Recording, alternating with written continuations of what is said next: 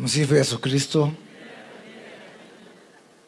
Familia ya Dhang'wa, mapadre wetu, Mheshimiwa Makamu wa Rais, viongozi wote na waombolezaji wote, nimekuja hapa kutoa rambirambi zangu kwa familia ya Dhang'wa kwa sababu ya huu msiba. Na unajua, ijapokuwa nimeona nyinyi ni watu mmejipea nguvu, mambo ya kuachwa na watu wawili wa familia moja ni jambo ya huzuni sana, na mimi najua Mungu atawapea nguvu Senator Kalongo na familia yenu yote. Na vile nimeona hapa, nafikiria mko na branches mbili. Kwa hivyo kwanza nipeane rambirambi kwa wale wako na mambo ya Mungu ndani yao wakiongozwa na Father Michael Dhang'wa, na wale wa mwili wakiongozwa na Senator Kalongo. Nyote tuseme Mungu awapee nguvu. Tumeongea na Kalongo mara kadhaa, na huyu Kalongo ni rafiki yangu sana. Mwaka wa 2017 alikuwa amesimama na independent, na sisi tukiwa Jubilee tulikuwa tunawachapa sana. The only place aliruhusiwa kuongea kwa msafara ya Jubilee ni kwangu Gatundu, na akamwambia utaongea hapo hata kama Wamatangi alileta shida kidogo, lakini nikainsist aongee. Juzi wakati nimefutwa kazi, the only kiongozi alienda kwa redio kutoka Mount Kenya kunitetea ni huyu Kalongo wa Dhang'wa. Akasema yeye ni mtu ana shukrani, anakumbuka kuna siku moja nilisaidia yeye. Hata mimi nimetoka familia iko na watu wengi na ni baraka kubwa. Na sana sana tukienda kuona mamangu, mamangu anapendanga kuona mtoto mmoja kwa wakati mmoja, na tuko 10. So kuna kamashini hapo, sababu mimi nilikuwa nafanya kazi ya bank. Nikaambia mamangu nitakuwekea kamashini, sababu kucontrol hiyo line mkiona mama yenu ni ngumu. So hiyo kamashini nitakuletea.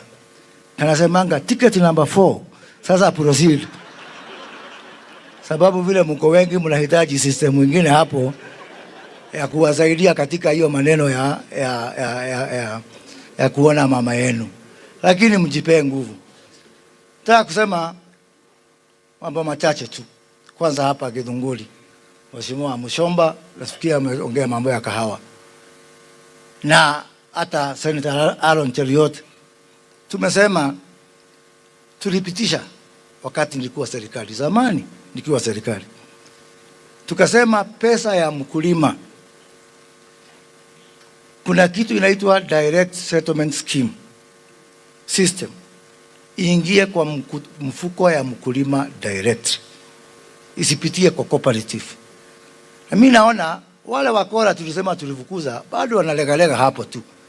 They are still frustrating that program.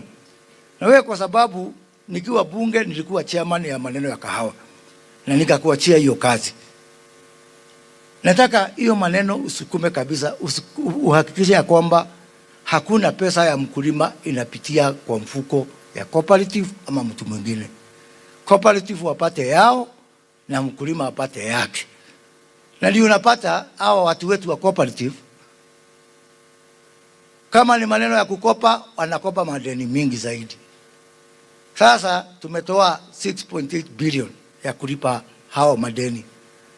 Na vile tulisema, kama ni hapa Komodai, kama ni hapa pahali tuko hapa, hiyo pesa wakati wa kulipa hiyo cooperative, wale walikopesha pesa, tutawaita mbele hawa wananchi tumwambie tumelipa, sio huko kando kando. Sababu hii madeni tunataka kulipa hapa. Wakati wa Uhuru ndio tulilipa, wakati wa Kibaki ndio tulilipa. Sasa kama tunalipa, tulipe mbele ya hawa wananchi, ndio siku ingine hao viongozi wa cooperative wasiende kufanya mambo zao. Kuna miradi mingi sana imesimama, mabarabara mingi Kiambururu hapa, barabara ya Uplands kwenda Ruiru mpaka Uplands, barabara za Maumau ambao zimepitia hapa. Tunaongea mambo ya umoja ya Mount Kenya, na mimi nakubaliana na hiyo maneno ya umoja wa Mount Kenya. Jameni, situfanye umoja ya kutetea miradi yetu ambayo imesimama. Kwanza tufanye umoja ya hawa wananchi. Kabla ya kufanya umoja wa viongozi, nani mkubwa nani mdogo, tufanye umoja ya kusema zile barabara zetu zimesimama ziendelee. Hapa Githunguri, wakati nilikuwa katika wizara ya biashara, nikaanza Kiambu County mzima, County Aggregation and Industrial Park, nikachagua hapa Githunguri wa Rohio. Hiyo mradi imesimama. Tufanye umoja wa viongozi wa Mount Kenya ikwamue hiyo mradi.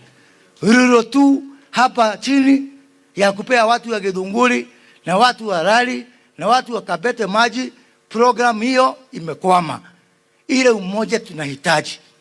Sio umoja nani atakuwa bwana mkubwa, nani atakuwa mheshimiwa excellency fulani. Ni umoja wa kuhakikisha ya kwamba hiyo miradi yote na sana sana ambayo tulianza hapa na serikali ya Uhuru Kenyatta haikwami hapa, isonge mbele. Na jameni, juzi nilikuwa kwa Inoro nikawaambia, sisi katika hii mlima tumekuwa tukiambua tuko na kura, tuko na wingi. Wacha niwaambie, mimi nilienda university kusomea hesabu, sio literature. Na katika hiyo hesabu inanionyesha kwamba hizo namba zetu hazitoshi. Toleige. Mimi sitaki kufanya hesabu ya kuanguka. Na kuna watu wengine, siku hizi nimeokoka, lakini kabla niokoke, kuna watu wengine tulikuwa tunaenda kwao nao kwa bar, wanachokoza kwa bar, unafikiria huyu mtu amechokoza anajua kupigana. Kumbe hata hana idea kupigana. Kulimwa tunalimwa, anatoroka kwanza. Mtu asianze vita kama haujui hiyo vita vile utaishinda na vile utaimaliza. Tukue watu wa kufanya hesabu ya kushinda. Hata hawa watu wamekuja kwa upinzani sababu sisi tulianza vita, hatujui vile tutamaliza, ni sisi tumewaalika. Na kadhoni, wacha nikuambie, mimi niko sawa.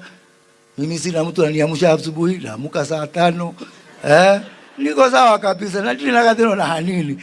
Thina wewe na guoleu. Wewe ndio ina thina, ni utire mundu kuduma, utire mundu kujoriodo. Mimi niko sawa kabisa. Nikikakaa kidogo nianze kanisa yangu na maisha isonge mbele. Asante sana. Mungu awabariki.